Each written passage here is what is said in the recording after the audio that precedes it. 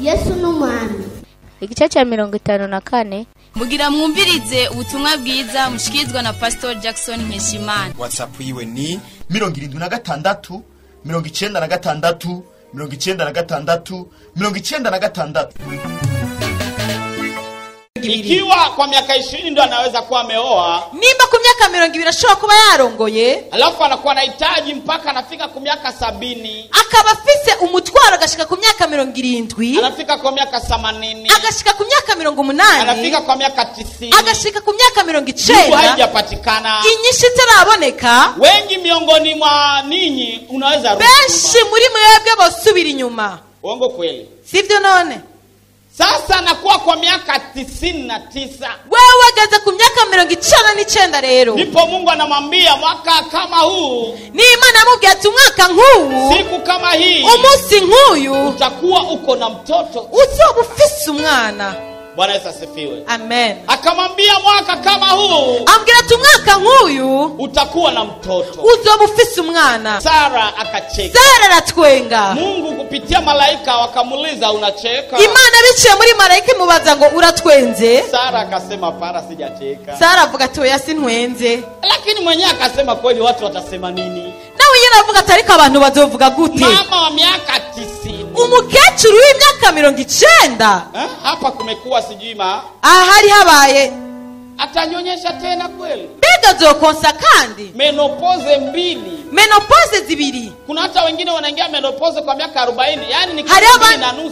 Hari abandi baca imvyaro ku myaka 40, urumva ni menopause 2 n'igice.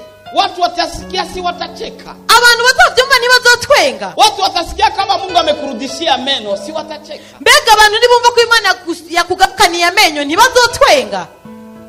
Kuna mtu ambaye anakosa lino moja au mbili. Ari umuntu yababuze iginyo rimwe canka biri. Kesho Bwana anakurudishia lino lako. Ejo Imana iragusubiza iginyo ryawe. Amena zimekuwa chache. Si watu watacheka. Amena nizikeye cyane. Si watu watacheka. Mbega abantu ntibazotwenga. Kesho unapata diplome.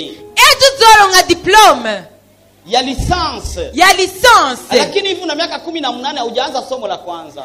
Ariko maze imyaka 18 nuratangura mu wa mbere. Lakini Mungu anakuambia nitakupa diplome ya licence. Ariko Imana ikubwiye ngo nzogwa diplome ya licence. Si watu watacheka. Mbega abantu ntibazotwenga. Bwana asifiwe sana. Amen.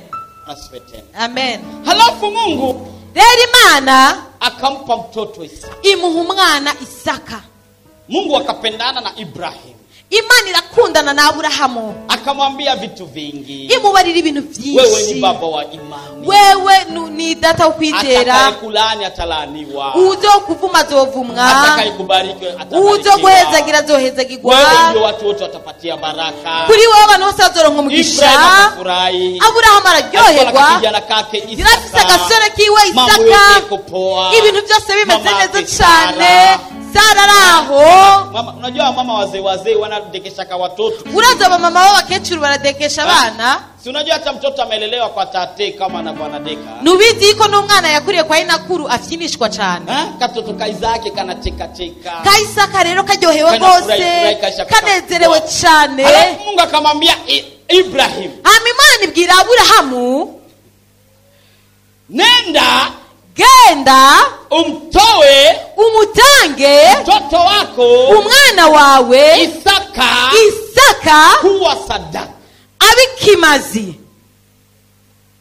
Kama ni wewe ungelifanya nini? Iya bari wewe wokoze iki? Sinauliza. Simbajije none. Bwana ulikuwa unahitaji ya miaka 17 Wari ufise umutwaro wari umanye imyaka 17.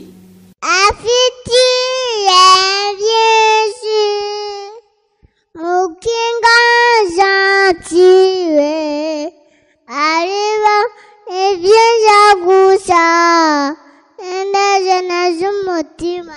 Uyu ni wa mwanya mwiza rero, umwanya w'amasengesho. Reka dusenge.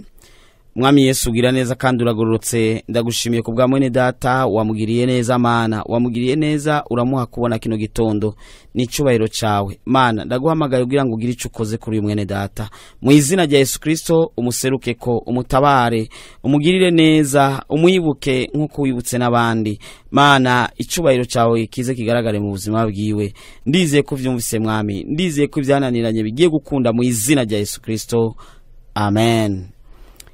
Chuti mukunzi rero uriko uradukurikirana, ndakwibutse ko kuwa kane twama dufisa amasengesho. Kuwa kane twama dufisa amasengesho igihe cy'isaha 9 n'igice, igihe cy'isaha 9 n'igice twama tuyakorera hajya mu Kigobe hafi ya Hopital Militaire, aharabana naho bita kwa Gerard, ni ku ishengero rya Hope Church. Urahawe kaze rero kugira ngo nawe uzusengerwe, Yesu aza kugirira ibitangaza. Benshi bamashinga intahe y'ivyo Yesu yabakoreye, nawe ntaco tuma Yesu atagukorera igitangaza nawe. Muhejeje kumviriza ubutumwa bwiza mushikizwa na Pastor Jackson Nkeshimana. WhatsApp yiwe ni 79 57 14 29. Urashobora kandi no kubusanga kuri Facebook yiwe canke YouTube yiwe. Ukaba wahezagiwe burungikire n'abandi.